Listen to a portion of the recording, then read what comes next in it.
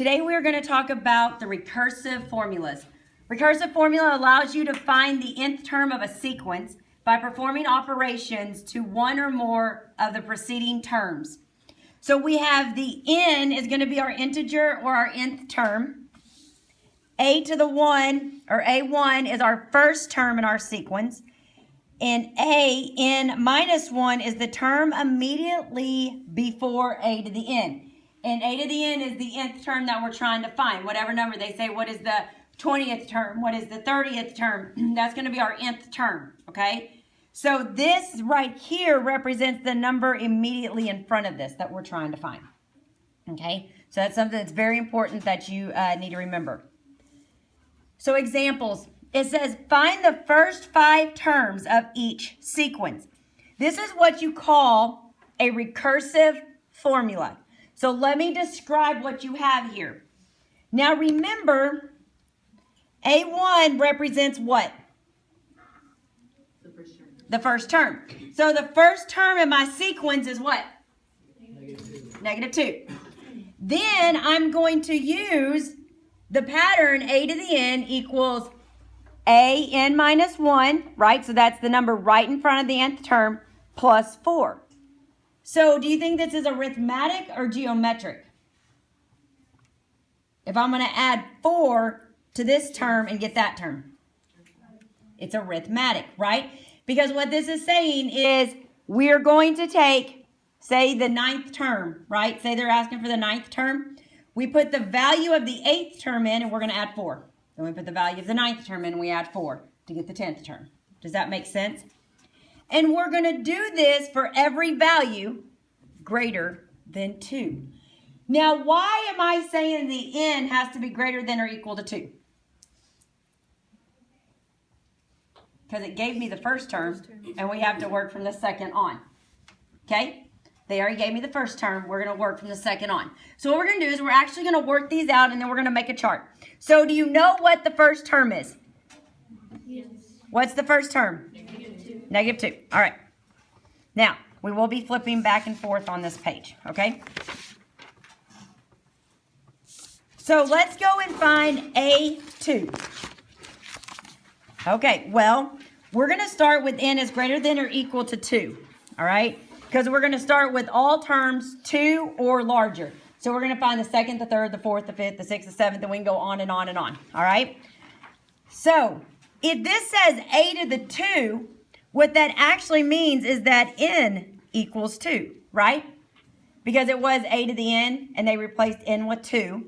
So we have a to the 2. So we have an equals an minus 1 plus 4. Okay. So we actually have A2. Now, n represents what number right now? 2. So look, y'all, if you have A2 minus 1 plus 4, what is 2 minus 1? 1. So that's A1 plus 4. Well, what was the value of A1? Negative 2. So negative 2 plus 4. So the value of A2 is what? 2. Okay, so flip to the front. So the value of A2 is a positive 2.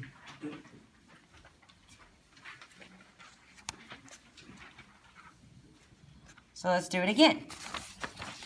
Okay.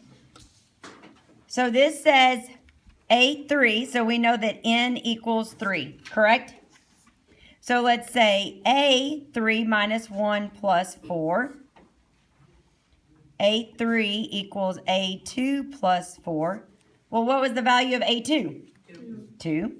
So A3 is 2 plus 4. So A3 is what? 6. I'm going to go ahead and finish this off, and then I'll write them on the front. So let's find the 4th term. Once again, n equals 4. Bless you.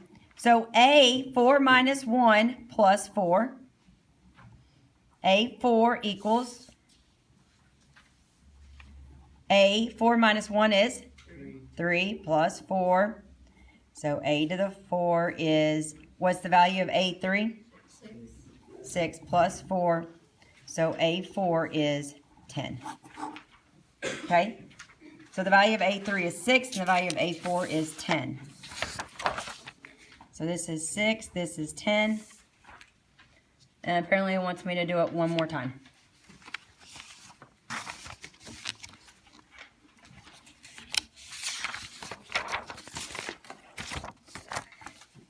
Okay, 8 to the 5th, so once again, n equals 5. So you have a 5 minus 1 plus 4. A to the 5th is A4 plus 4. A5 is, what was A4 again? 10 plus 4. So A5 equals 14. Okay, that's what an arithmetic sequence looks like. So this is 14. Okay, is everybody okay with that? Do you understand whether you find the n, where to plug it in, how to find the term in front, and we're just adding 4? So if we're consecutively just adding 4, it's arithmetic. Because arithmetic says that you're going to increase or decrease by a constant for each term, correct? Okay, so that's what we were doing. What would a arithmetic sequence, does it have a common difference or a common ratio? Common difference. What is my common difference on that one? A positive 4. All right, so let's grab a calculator and let's look at this next one.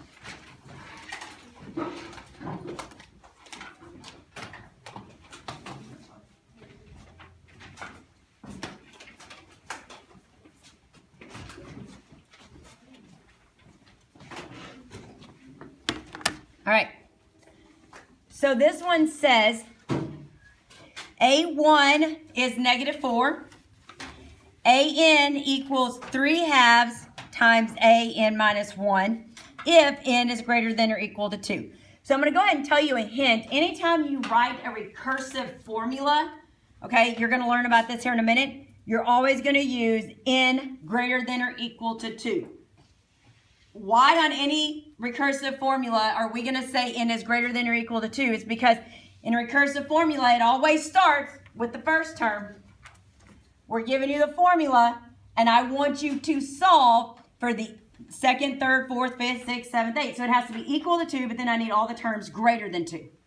Does that make sense? So anytime you do a recursive formula, we'll always write this n is greater than or equal to 2. Okay, that's just standard. It's always going to be there. You don't even have to think about what number is going to be there. Okay? All right. So now it's wanting me to go through and list, the first 5 terms. Well, what is the first term? Negative 4. It already gave that to us, correct? All right. So now this is saying I'm multiplying by something. So do you think this is an arithmetic or a geometric? Geometric. Why? Because what would we call this thing? Common ratio. It's a common ratio. Okay?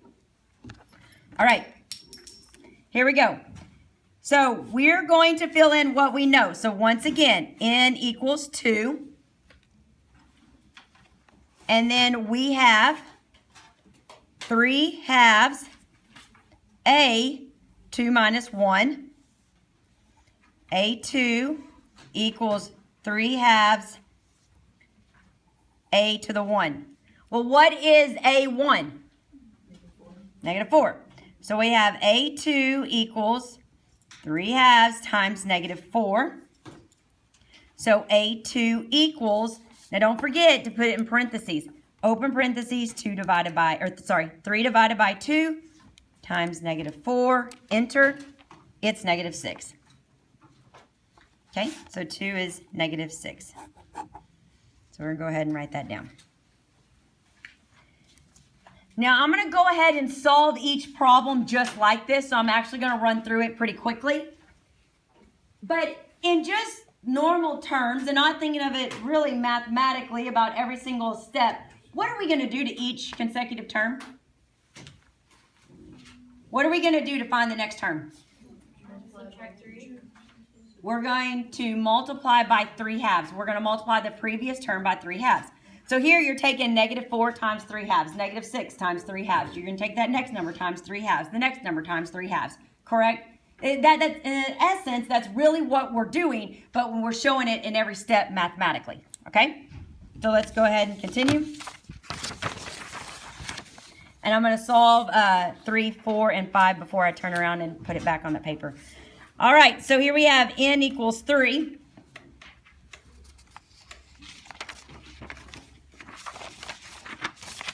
Okay, so we're going to say 3 halves, a 3 minus 1,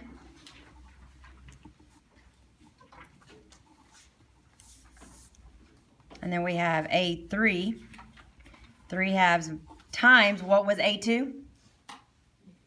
-6.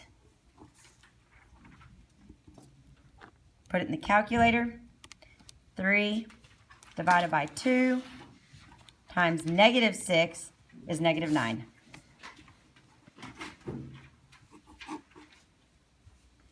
Okay.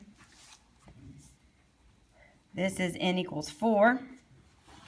3 halves a 4 minus 1.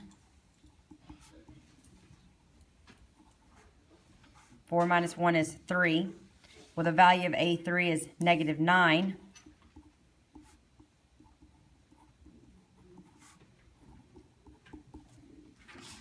Now, do you have to do every single one of these steps just like this when you're calculating?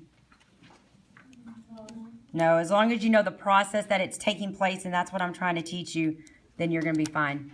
All right, so you can write the decimal, but it might also ask for the fraction, and you can hit math, enter, enter, and you would get -27/2.